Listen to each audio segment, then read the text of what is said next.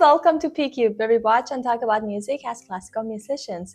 Today's song is kind of a request from Jeff, one of our supporters on Buy Me a Coffee.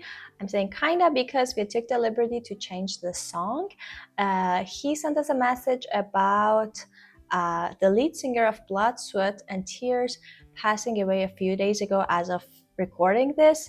This video is going to go up a little bit later, but still new, so we thought to pay tribute to him, we should definitely play one of his songs. And we changed the song to one of the most famous ones because we never heard their name, neither any of their songs. So we chose Spinning Wheel as our first song of this band. So we want to thank you, Jeff, for bringing our attention to this. And I would say, here we go.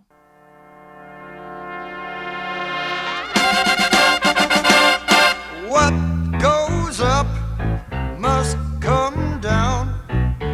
Spinning wheel, got to go round. Talking about your troubles, it's a crying sin. Ride a painted pony, let the spinning wheel spin.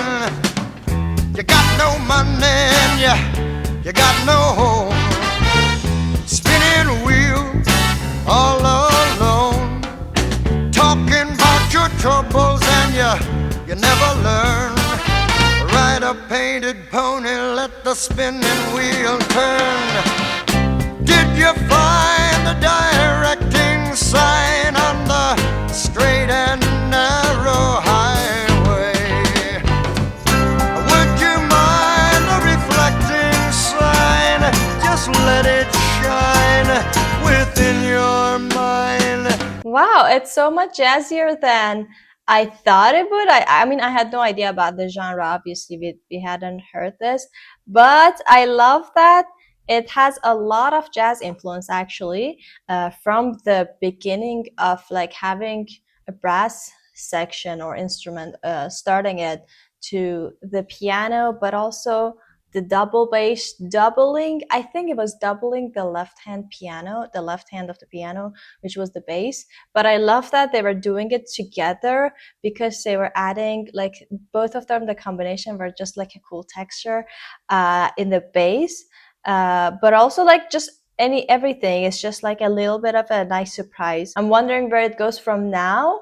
But so far, I really like the instrumentation. Yeah, that's true. The instrumentation and also the whole arrangement is so unexpected. I mean, we didn't hear any for us, probably. But I didn't expect, as you said, I don't know why, but I didn't expect it to be so jazzy. But also his voice is so interesting for me. This scratchy voice that he has. But I would like to listen a little more and then talk about his voice and lyrics a little later. Yeah, here we go. Just let it shine within your mind and show you the colors that are real.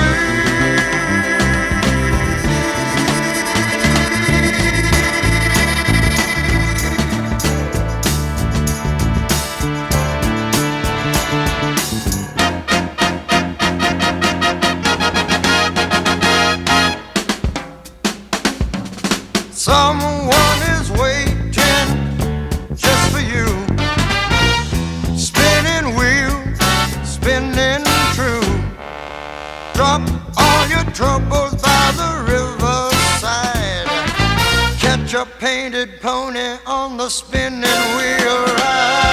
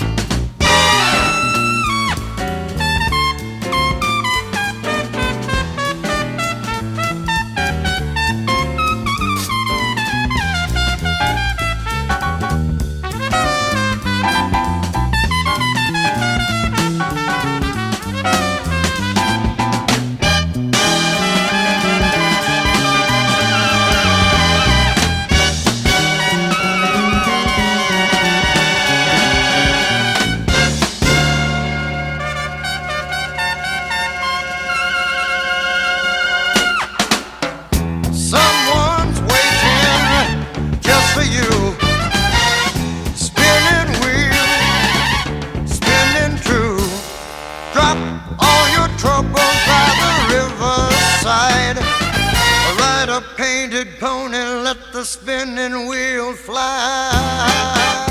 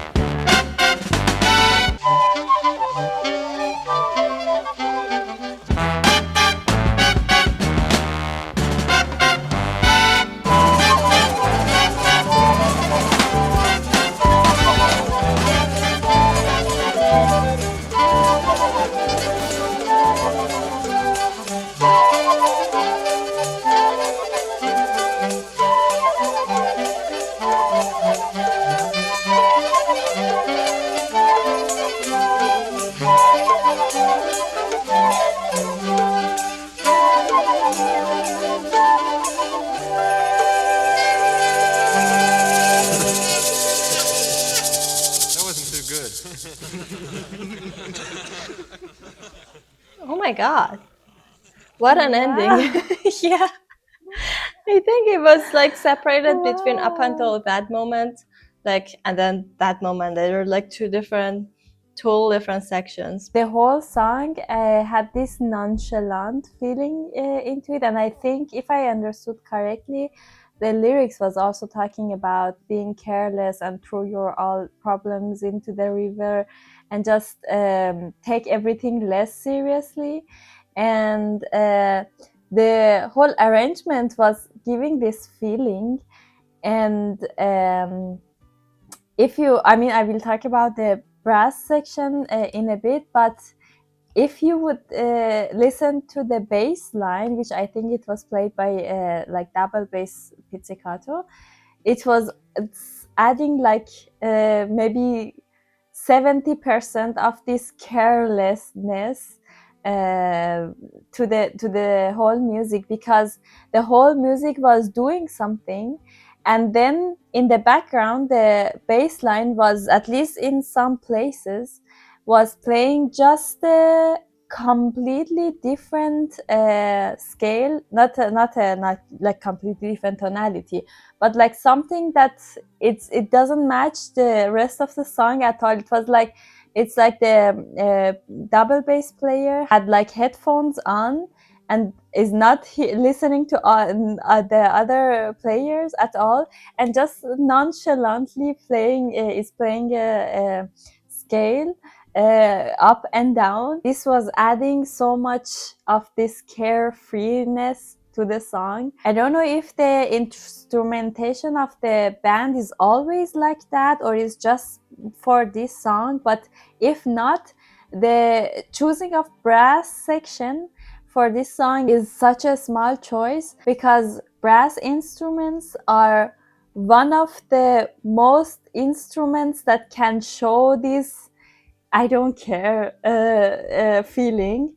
I mean, brass players are also like that mostly, at least the ones that I know. They are all like not the most nonchalant people, and not just getting stressed or something people at all of the instruments.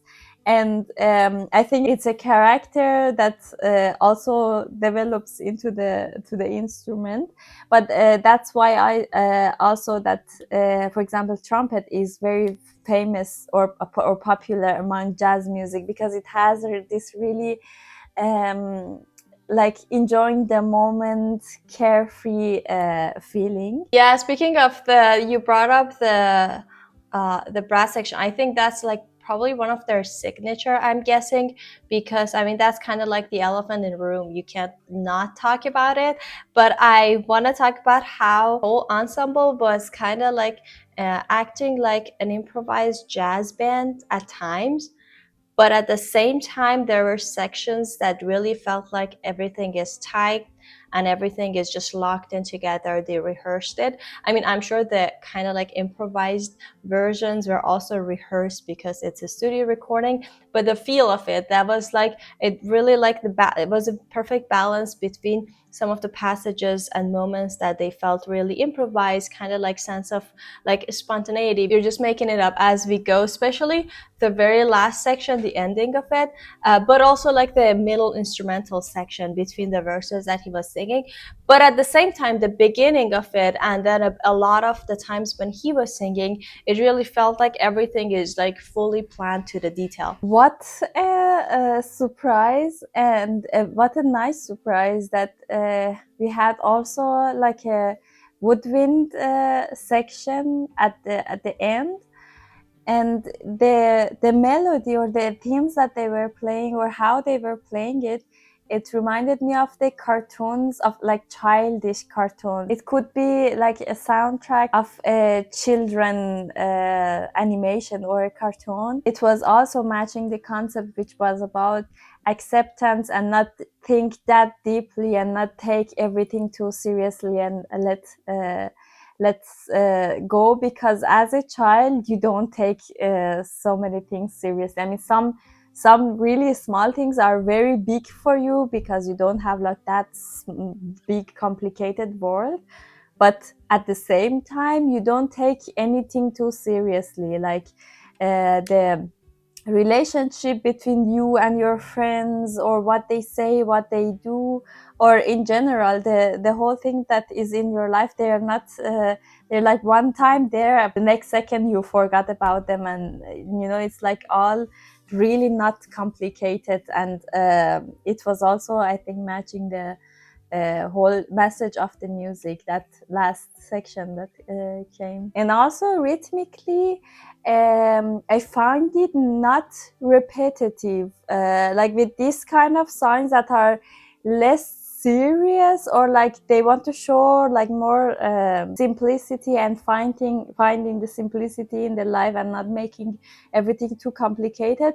They usually use a repetitive and also simple music in the background, but this one had like different sections with different rhythmic figures, and also the whole feeling, like one part was more rhythmical and was like ta ta, like more really rhythmical, and like the next section was so free and completely not non-rhythmical, but you know what I mean, like really more like longer notes and more free. And then the next section again, like a different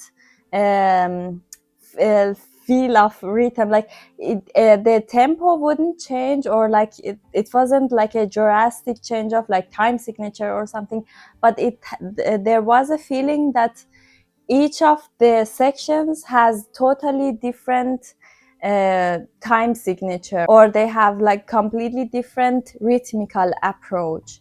But there wasn't like a change of at least I think there wasn't like a drastic time signature change or something, but it had this feeling. One more thing that I really wanted to talk about, especially that was the reason that we decided to do this song, was David Clayton-Thomas's voice, the lead singer.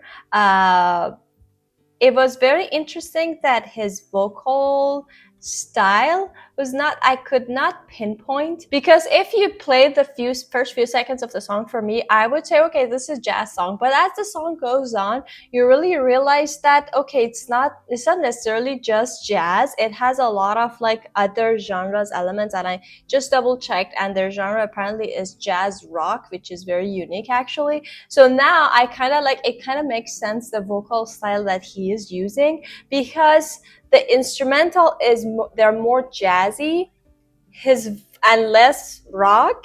I think the vocal is a little bit opposite. He mostly sounds like a rock singer with a little elements of jazz. For example, the way that you talked about the rhythms, how he do it, I think that's specifically like an element in jazz, that you treat the phrases kind of like with having a little bit of a flexibility. It's not just that strict, or the rhythm, as you talked about, there had like a little bit of a swing to it. So it was very interesting that it's just like there are elements of both of the genres in all of the entire band, but specifically his vocal style. And I really loved his voice because it was kind of like a lighter voice, but very conversational. It a little bit reminded me of Bob Seger.